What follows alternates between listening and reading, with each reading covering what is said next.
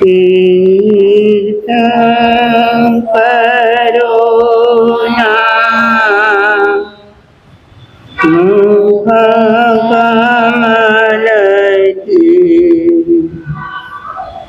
વહે તીરમલ સરસ્વતી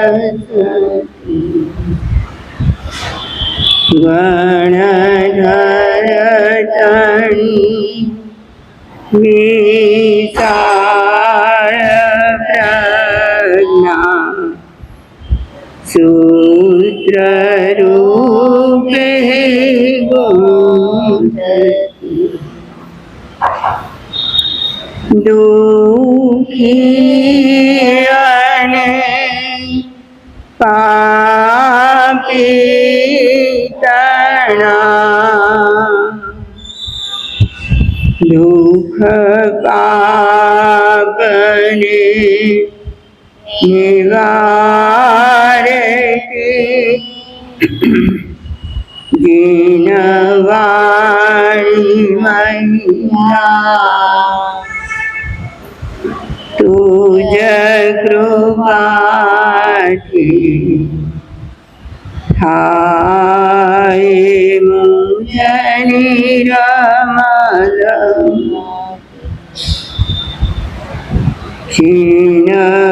જીનવાણી મૈયા તુજ કૃપાથી થાય નિરમલ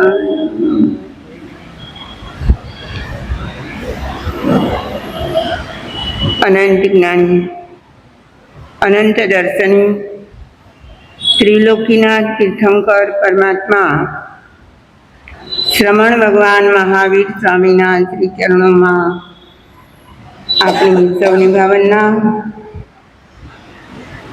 મારા તમારા અનંત અનંત ઉપકારી સર્વ ગુરુ ભગવંતોના શ્રી ચરણોમાં આપણી સૌની ભાવના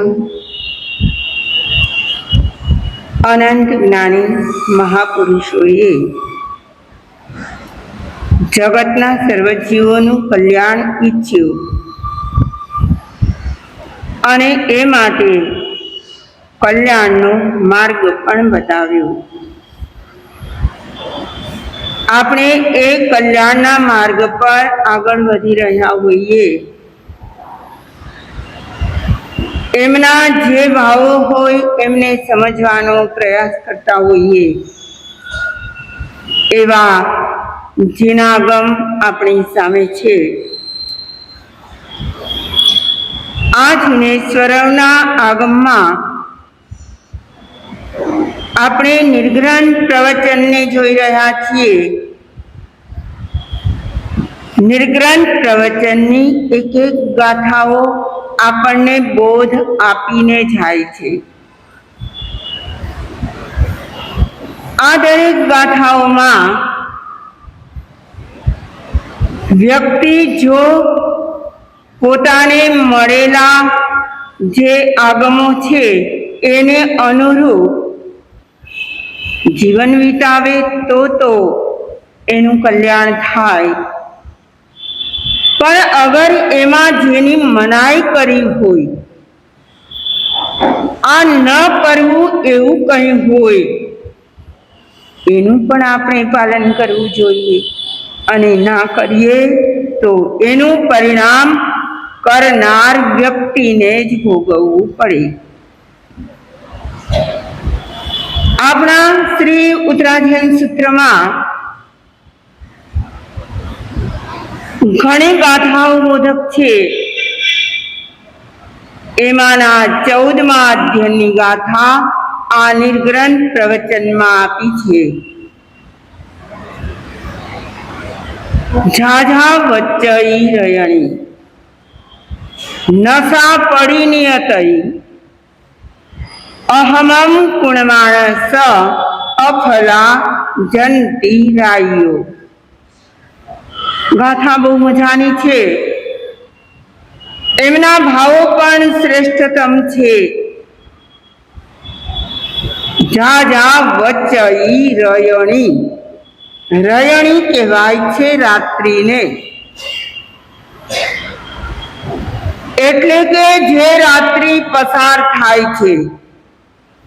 રાત્રિ પસાર થાય એટલે દિવસ તો સાથે ગણી જ લેવાનો હોય. જે છંદ બનાવનાર, જે ગાથા બનાવનાર, એની રચના કરનાર હોય એ અગર બધા જ શબ્દોને એમાં ભરવા માંગે તો એના છંદ બરાબર ન આવે, છંદો ભંગ થાય. એટલે શું કહે છે જા જા વચઈ રયણી? એનો અર્થ સમજવો કે જે રાત્રિ દિવસો પસાર થાય છે, આપણા પસાર થાય છે કે નથી થતા?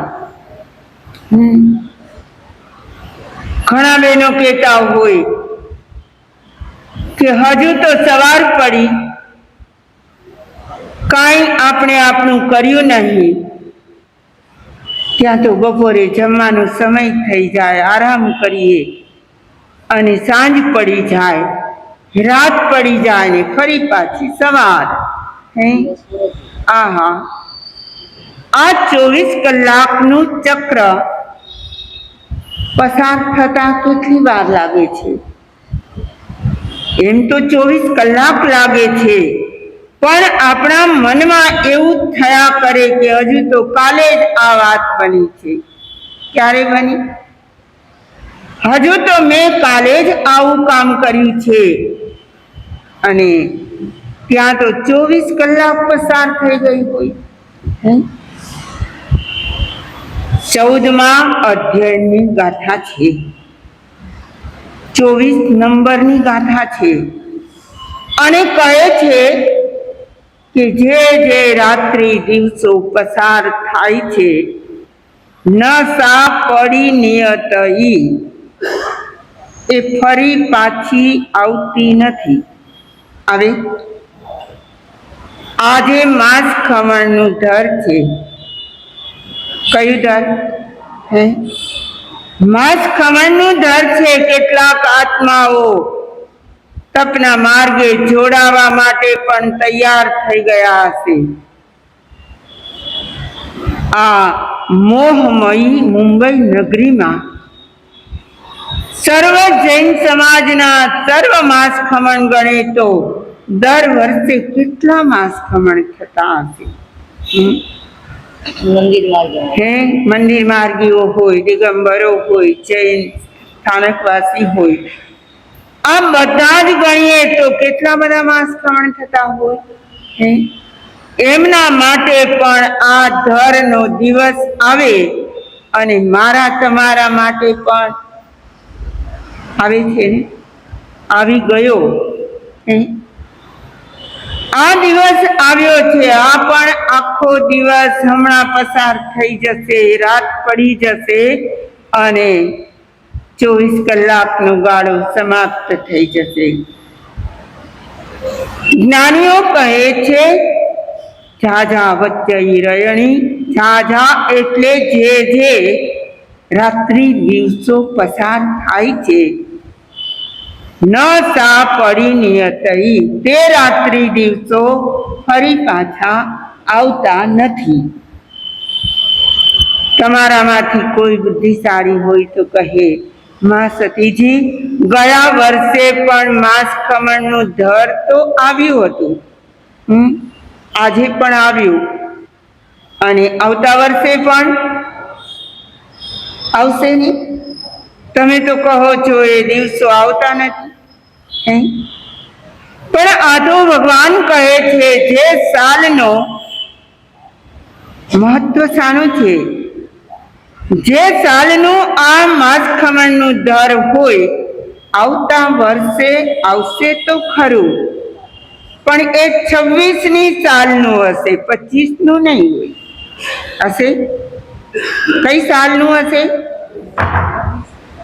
કહેવાનો આશય આ 25ની સાલનું જે ચાતુર્માસમાં આવેલું માસ ખમણ ધર ફરી પાછું આવશે નહીં.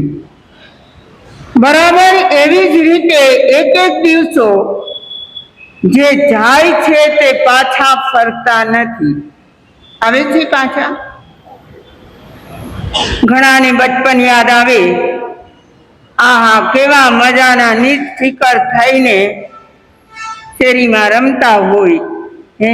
ભૂખ લાગે તો જમવા આવી જાય ને પછી પાછા દોડીને ચાલ્યા જાય. એ બચપનના નિષ્ફિકરપણાના દિવસો તમે ઈચ્છો તો ફરી પાછા આવે ખરા? અત્યારે તમે રમવા જાઓ તો કેવા લાગો? તો કહેવાનો આશય છે, રાત્રિ દિવસો પસાર થઈ જાય છે, એ ફરી પાછા આવતા નથી. તો શું કરવાનું? એને પાછા લાવવા માટે પ્રયાસ કરવાનો. એ તો નૈસર્ગિક જે નિયમ પ્રમાણે એક દિવસ પસાર થયો, બીજો પસાર થયો, એમ કરતા કરતા આ કાળચક્રના એક એક સમયો ઓછા થતા જાય છે. આપણે આ દિવસો અને રાત્રિઓને તો પકડી શકતા નથી, રોકી શકતા નથી, પરંતુ શું કરવાનું હોય? જે રાત્રિ કે જે દિવસ મળ્યો છે એને કંઈક સાર્થક કરવાનો હોય. ઝાઝા વચ્ચઈ રયણી નશા પડી નિયતઈ. આગળ ત્રીજા ચરણમાં કહે છે, અહમમ કુણમાણસ અફલા જંતિરાયો. શું કહે છે? અધર્મ કરનારના એ જ રાત્રિ દિવસો અફલા એટલે નિષ્ફળ જાય છે. આપણા કેટલા નિષ્ફળ ગયા હશે? અધર્મ પાપ આપણે કરીએ છીએ કે નથી કરતા? અહીં તો જ્ઞાની કહે છે, રાત્રિ દિવસો આવે તો જરૂર છે અને સમય થતા ચાલ્યા પણ જાય છે, પણ ગયેલા પાછા આવતા નથી. અહમમ કુણમાણસ અફલા જંતિરાયો. અધર્મ કરનારના રાત્રિ દિવસો નિષ્ફળ જાય છે. હૈયે હાથ મૂકીને કહેજો કે અમે અધર્મ કરીએ છીએ કે નહીં? કે ધર્મ જ કરો? અધર્મ થાય ખરું? કરીએ છીએ ખરા? ઈરાદાપૂર્વક પણ કરીએ છીએ ખરા? હા, જાણી જોઈને કરેલા પાપો એ કયા ખાતામાં જાય? નિકાચિતના ખાતામાં પણ આવી જાય. આપણે જાણી જોઈને જો કર્મો બાંધ્યા હોય, અધર્મ કર્યો હોય, પાપાચારનું સેવન કર્યું હોય તો ભોગવવું પડે યા ન પડે? એ ભોગવવાની વાત તો દૂર રહી, પેલા તો આપણો આ આખો દિવસ નિષ્ફળ જાય. જીવનના પ્રત્યેક ક્ષેત્રમાં કોઈ પણ વ્યક્તિને પૂછો, તારે સફળતા જોઈએ કે નિષ્ફળતા જોઈએ? શું? દરેક ક્ષેત્રમાં કોઈને પણ પૂછો કે તારે સફળતા જોઈતી હોય કે નિષ્ફળતા જોઈતી હોય? શું જોઈએ? સફળતા જ જોઈતી હોય. અમે જે કરીએ છીએ એનું પરિણામ તો અમને દેખાવું જોઈએ. તો સફળતા ઈચ્છનારો માનવ પોતાના રાત્રિ દિવસોને નિષ્ફળ બનાવે છે. કેવા? શાના દ્વારા? અધર્મ અને પાપાચાર દ્વારા. અને એનું કારણ છે કે અધર્મ અને પાપ એ એનું પરિણામ આપ્યા વિના રહે નહીં. ભલે ને તમે છાને ખૂણે કર્યું હોય, છાને ખૂણે એટલે બીજા કોઈને ખબર ના પડી હોય એવી રીતે પાપનું સેવન થઈ ગયું હોય તો પણ એનું પરિણામ તો આવે કે ના આવે? આવે. એકવાર આદ્ય શંકરાચાર્ય પાસે, કોણ? આદ્ય શંકરાચાર્ય, એમની પાસે એક યુવાન આવ્યો. એ કહે છે કે મારો એક નાનકડો પ્રશ્ન છે, મને એનું સમાધાન જોઈએ છે. શું પ્રશ્ન છે? એમણે ખાલી 3 અક્ષરો કહ્યા, 3 શબ્દો પણ નહીં, 3 અક્ષરો કહ્યા. કા હાનિહિ. આ સંસ્કૃત પ્રશ્ન છે, સંસ્કૃતમાં બોલાયેલું છે. કા હાનિહિ. હાનિ એટલે નુકસાન. એ તો તમને બધાને ખબર છે. એમણે તો શંકરાચાર્યને પૂછ્યું કે હાનિ કોને કહેવાય? કા એટલે કોને કહેવાય? કા હાનિહિ. નુકસાની કોને કહેવાય? લોકો કહેતા હોય કે હમણાં અમારે ધંધામાં નુકસાની બહુ ગઈ, અથવા તો બીજા કોઈ કાર્યો કર્યા હોય એમાં પણ જોઈએ એવી સફળતા ના મળી હોય તો એ માને શું કે આમાં મને નુકસાની ગઈ, મેં જે સાહસ કર્યું એમાં મને સફળતા ન મળી. આ તો શંકરાચાર્ય પાસે આવેલો પ્રશ્ન છે. નુકસાની શું? લોકો તો પૈસાની નુકસાનીને નુકસાની કહી દે. પોતે જેટલા રોક્યા હોય અને પોતાની જેટલી મેળવવાની અપેક્ષા હોય એ પ્રમાણે ન મળે તો એ શું વિચારે કે મને બહુ નુકસાની ગઈ. આદ્ય શંકરાચાર્ય કહે છે કે સમય ચ્યુતિહિ. શું કહે છે? બહુ નાના નાના પ્રશ્ન અને નાનકડો જવાબ છે. વિદ્વાનો વધારે બોલે નહીં. જ્ઞાની પુરુષો વધારે બોલે નહીં. એને એટલો નાનકડો જવાબ આપ્યો, સમય ચ્યુતિહિ. એટલે એનો અર્થ થાય છે કે સમય ગુમાવવો એ નુકસાની. શું?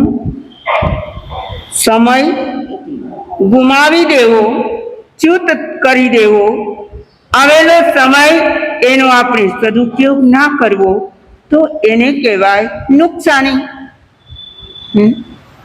પછી એ સમય ગમે તેને માટે હોય.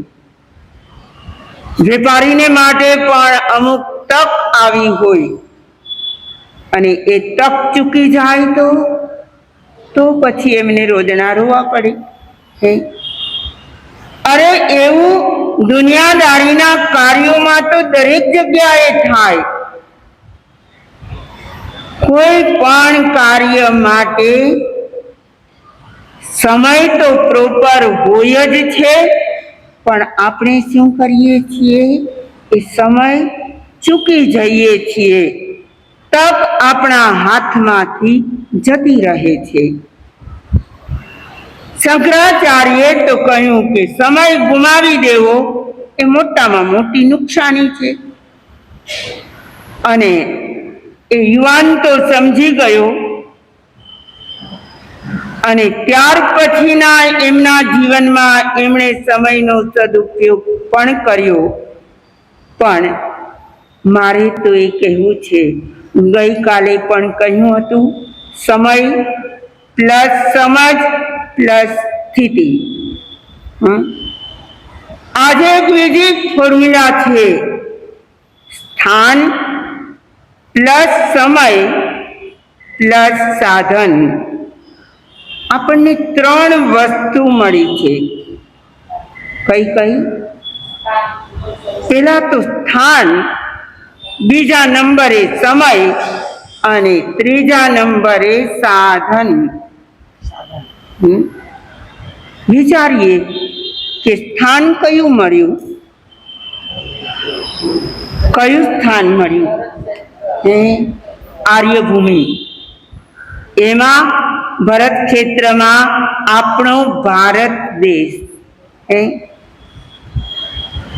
અન્ય દેશોમાં તમે જ્યાં પણ ફરીને આવો એ બધું જોયા પછી ફરી પાછા તમે ભારતમાં આવો, તમને ગમે કે ના ગમે? દરેક વ્યક્તિ લખાણ કરે છે કે ભારત જેવો દેશ ગમે કે ના ગમે? ફરી પાછા ભારતમાં આવો. આપણું વતન છે એટલા માટે બધી રીતે આવા ભારત આપણું વતન છે, આપણી જન્મભૂમિ છે, આપણી માતૃભૂમિ છે. પરંતુ એ સિવાય આ આર્યભૂમિના પરમાણુમાં તીર્થંકરોની ચરણ રજ છે. નથી? તીર્થંકરોની ચરણ રજ ક્યાં છે? ભારતમાં બધા જ તીર્થંકરો થયા છે. આ ભૂમિ કઈ છે? તીર્થંકરોની ભૂમિ છે. અમેરિકામાં કોઈ તીર્થંકર થયા તમે સાંભળ્યું? નહીં. યુરોપમાં, કેનેડામાં, દુબઈમાં ક્યાંય નહીં. ક્યાં? આપણા ભારતમાં. આ ભારત ભૂમિ આપણને મળી એ સ્થાન ઉત્તમમાં ઉત્તમ છે કે નથી? આ ઉત્તમોત્તમ સ્થાન આપણને બધાને મળ્યું છે. આજની ફોર્મ્યુલા બતાવું છું. સ્થાન મળ્યું.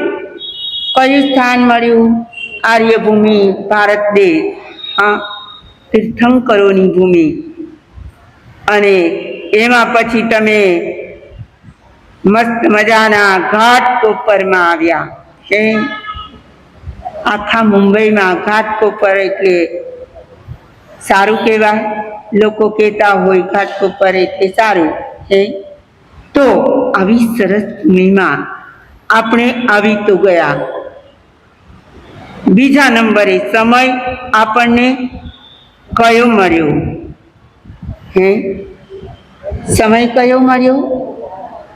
અવસર્પિણી કાળના 5મા આરાનો દુઃખમય કાળ મળ્યો છે. યાદ રાખજો, સુખ કરતા દુઃખ સારું હોય છે. મનસુખભાઈ કેમ ઊંચા થઈ ગયા? સુખ કરતા દુઃખ સારું હોય છે. શું કામ?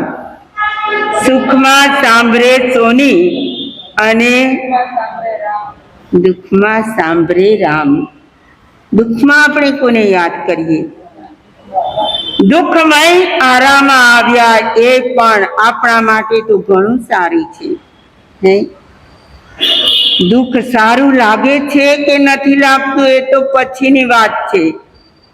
પણ એવો કાળ હોય દુઃખમય, તો ઈચ્છા હોય કે ના હોય આપણને ભગવાન યાદ આવી જ જાય. આવે કે ના આવે? તો સમય કયો મળ્યો છે? દુઃખમય મળ્યો છે. સુખમાં તો એ આરામ વધે, સુખમાં તો મોજ શોખ વધે, સુખમાં હરવા ફરવાનું વધે, સુખમાં ધર્મ કેટલો યાદ આવે. અને તે છતાંય તમે માનેલા સુખને જ તમે સારું કહેશો. જ્ઞાની કહે છે આત્મકલ્યાણ માટે દુઃખ સારું છે. કોના માટે? આત્મા તરફ વળવા માટે. દુઃખ આવે તો જ વ્યક્તિ જલ્દી વળી જાય. ના વળે? છઠ્ઠા કરતા 5મો આરો સારો નહીં? હા, અમારી પાસે એક ભાઈ આવતા સત્સંગ કરવા મા સતીજીએ યાદ કરાવ્યું એટલે કહું છું કે ધનસુખભાઈ કરીને એક સાન્તા ક્રુઝના ભાઈ હતા, ખૂબ જ્ઞાની હતા અને અમારા ગુરુણી સાહેબજી લીલમભાઈ મહાસતીજી પાસે ખૂબ આવે, સત્સંગ કરે. એમણે એક પંક્તિ કહી હતી, આજે પણ યાદ આવે છે. એ તો મજાના સરસ કંઠમાં ગાતા હતા, મેરુથી મરુધર ભલો. શું? મેરુથી મરુધર ભલો. મેરુથી મરુધર ભલો. મરુધર કોને કહેવાય? મેરુ તો સમજી ગયા અને અમારા બહેનો વાંચણીમાં પણ સાંભળે છે. મેરુ પર્વતની 8 ઉપમાઓ સંઘને આપી છે. પણ પેલા ભાઈ એના સ્તવનમાં કહેતા હતા કે મેરુથી મરુધર ભલો. મરુભૂમિ કોને કહેવાય? હા, રાજસ્થાનની કેવી રેતાળ ભૂમિ હોય જ્યાં પાણી ઓછું મળતું હોય. પગ મૂકે તો પગ ના ચાલે. અને મેરુ પર્વતમાં તો સોના, ચાંદી, રત્નો, એવી જડીબુટીઓ, ઔષધિઓ કેટલું હોય. તો મેરુ કરતા પણ મરુધર ભલો. શા માટે? મરુધર ક્યાં છે? આ મારવાડની ભૂમિમાં કેટલા સંતો વિચરે છે. તો કહે છે કે સતયુગથી કલયુગ ભલો. આ જ પંક્તિમાં આગળ કહે છે, સતયુગમાં તો બધાને ખબર હતી ભગવાન હાજર છે. રામચંદ્રજી હોય કે શ્રી કૃષ્ણ હોય કે મહાવીર હોય, પણ આ કલયુગમાં ક્યાં ભગવાન દેખાય છે? દેખાય છે કલયુગમાં કોઈ ભગવાનના દર્શન કરીને આવી? તમને મન થાય તો તમે ગમે ત્યાં ભારતના ખૂણે ખૂણે દર્શન યાત્રાએ નીકળો, ક્યાંય તમને ભગવાન મળે? સતયુગથી કલયુગ ભલો. જ્યાં કલ્પ વૃક્ષની છાન, ધર્મરૂપી કલ્પ વૃક્ષ અહીં છે, એની છાયામાં રહેવા મળે છે. માટે સુખ કરતા દુઃખ સારું છે. શું છે? સુખ કરતા પણ દુઃખ સારું છે. અહીં તો આપણે વાત કરી રહ્યા છીએ, સ્થાન સારામાં સારું મળ્યું અને સમય પણ સારામાં સારો મળ્યો, અને તે છતાંય મને કે તમને નુકસાની જતી હોય. કઈ બાબતમાં?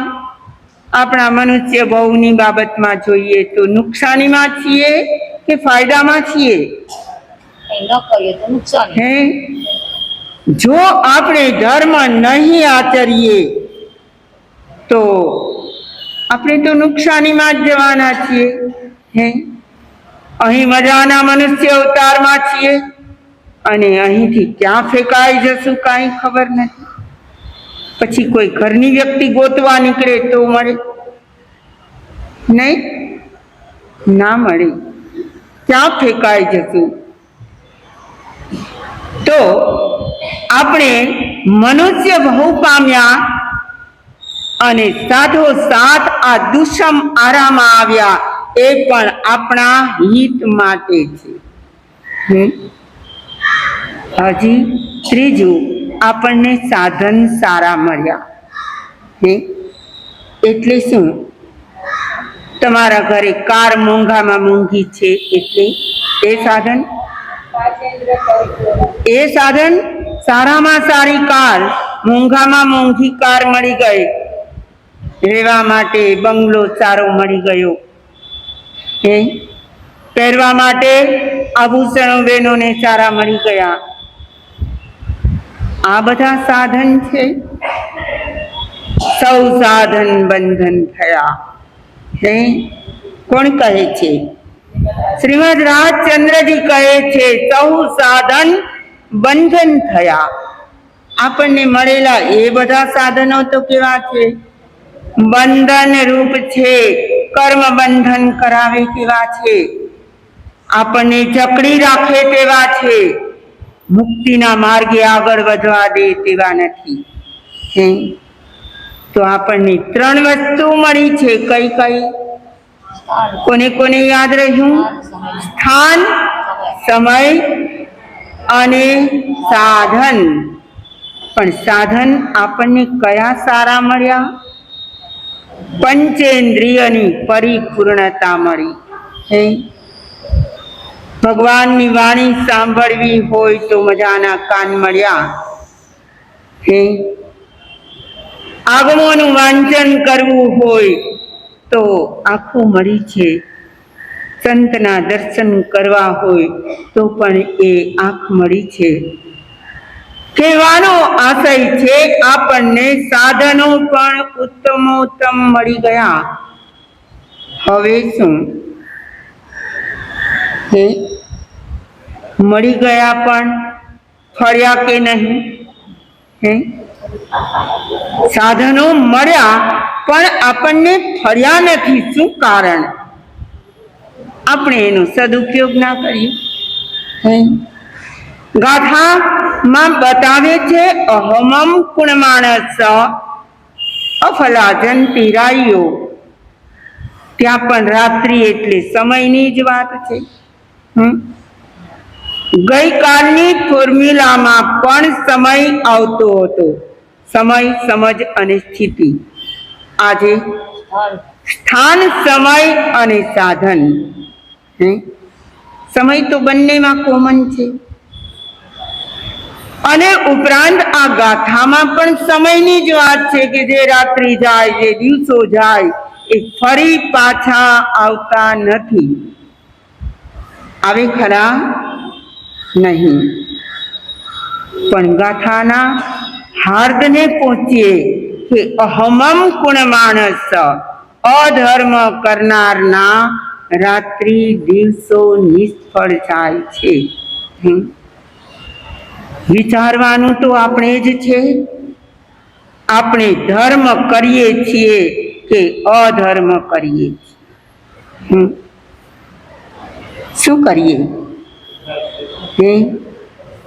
અધર્મ થાય છે કે નથી થતો? અરે થઈ નથી જતો, આપણે ઈરાદાપૂર્વક કરી પણ લઈએ છીએ. એક સ્કૂલમાં પ્રાઇમરી સ્કૂલ હતી અને લેડીઝ ટીચરો હતા. બાળકોને ભણાવે અને એ ઘર લેસન આપે તો બાળકોને કરીને લાવવાનું હોય. એક દિવસ બધા જ બાળકોને પૂછે કે કાલનું લેસન બધાએ તો બતાવ્યું. એક બાળક મારા જેવો આળસુ લેસન કરીને નહોતો આવ્યો. લેસન કરીને નહોતો આવ્યો. હવે પેલા બેનને જે ટીચર હતા એને આવ્યો ગુસ્સો કે ઘર લેસન આપ્યું હોય તો કરીને જ આવવાનું હોય. વારંવાર હું તમને કહું છું અને તે છતાંય તે આજે શું ભૂલ કરી? હોમવર્ક કરીને નથી આવ્યો. આજે તો હું તને સજા કરીશ, પનિશમેન્ટ. અને બાળકનું બાવડું પકડ્યું અને એમને સ્કૂલની પાછળના ભાગમાં લઈ ગઈ. ત્યાં લેટ્રિન બાથરૂમ હતા બાળકો માટે, રિસેસ પડે જતા હોય તો ત્યાં લઈ ગઈ અને એક બાથરૂમમાં એ બાળકને પૂરી દીધું. બહારથી સ્ટોપર લગાવી અને તાળું પણ મારી દીધું. જુઓ એમના મનમાં કેવા કેવા ભાવ જાગ્યા હશે. અધર્મ શું કહેવાય? આજ તો એને બરાબરની સજા કરવી છે. તાળું મારી દીધું, ચાવી પોતાની પાસે જ છે. બાળક રડે કે ના રડે? હે? ખૂબ રડે છે, ખૂબ અવાજ કરે છે, મારે બહાર નીકળવું છે, દરવાજો ખોલો. પણ રિસેસ ન હોય ત્યારે ત્યાં એ પરિસરમાં કોણ હોય? કોઈ ના હોય. બાળક ખૂબ રડે છે, રડી રડીને થાકી જાય છે, પણ એનો અવાજ ક્યાંય પહોંચતો નથી અને કોઈ એ દરવાજો ખોલતા નથી. પેલી સ્કૂલમાં તો એક પછી એક પીરિયડ ચાલતા રહ્યા અને પેલા નાની રિસેસ પડી એટલે બધા જ બાળકો બહાર નીકળ્યા.